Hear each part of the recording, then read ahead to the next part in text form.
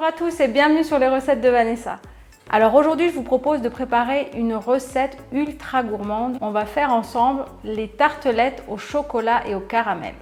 Cette tartelette chocolat caramel sera composée d'une pâte sucrée à l'amande, d'un caramel onctueux au beurre salé et d'une ganache fondante au chocolat noir. Pour cette recette de pâte sucrée, nous aurons besoin de 160 g de beurre, 95 g de sucre glace, un œuf, 260 g de farine, 40 g de poudre d'amande, un peu de vanille en poudre et un peu de fleur de sel. On démarre la recette en mettant le beurre dans le bol du robot et on ajoute ensuite le sucre glace. Et on va crémer le mélange. Nous allons pétrir jusqu'à ce que le beurre se mélange avec le sucre glace et forme une crème. Ensuite, on va rajouter donc un œuf et on va à nouveau mélanger pendant une vingtaine de secondes.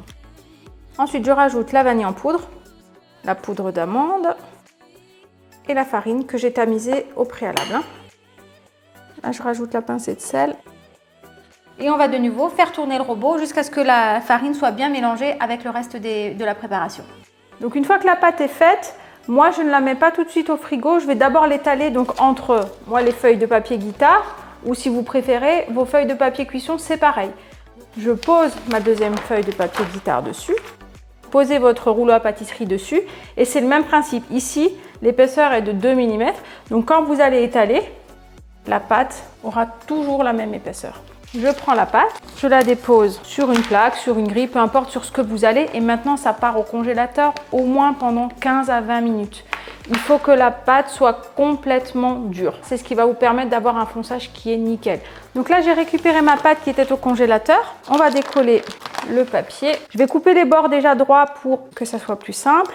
Donc là, on va prendre le moule thermoperforé. On va bien appuyer sur la pâte. On tourne un petit peu pour que la pâte reste bien accrochée.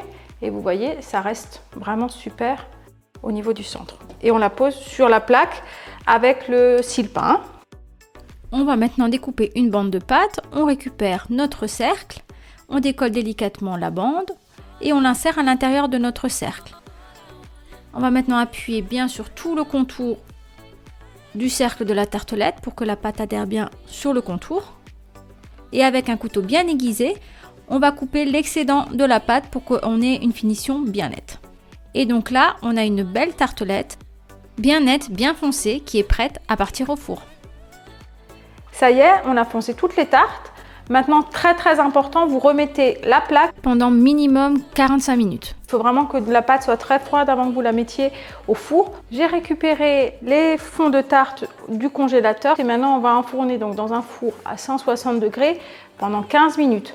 Ensuite, on sortira les tartes, on va les dorer à l'œuf pour qu'elles soient bien brillantes et on les remettra encore 12 à 15 minutes. Ça va vraiment dépendre de la cuisson de la tarte. Donc là, on va enfourner les fonds de tarte dans un four préchauffé à 160 degrés pendant 15 minutes.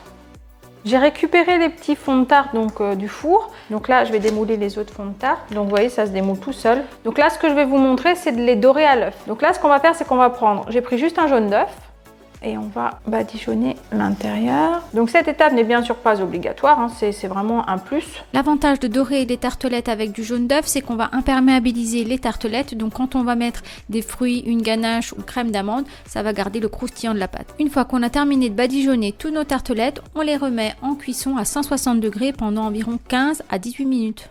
J'ai récupéré les tartelettes qu'on avait remis au four après les avoir dorées avec le jaune d'œuf. Donc voilà le résultat. On a une super tarte, très jolie, toute brillante.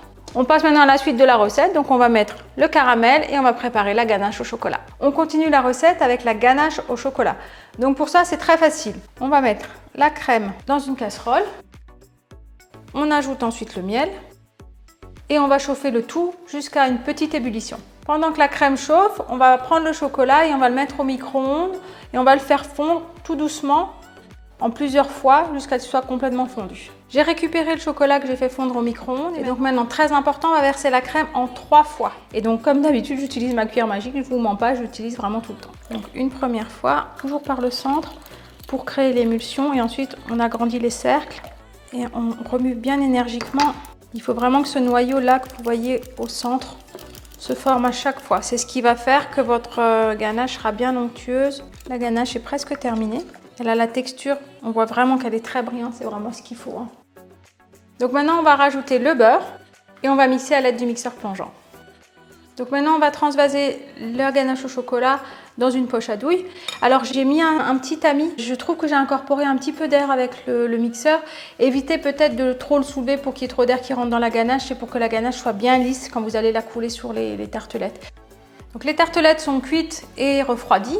Maintenant ce qu'on va faire, c'est qu'on va les remplir de caramel au beurre salé. Je vous mettrai un lien vers la vidéo pour pouvoir faire le caramel au beurre salé. On garnit les tartelettes d'un petit centimètre de caramel et ensuite on mettra la ganache au chocolat qui est encore tiède.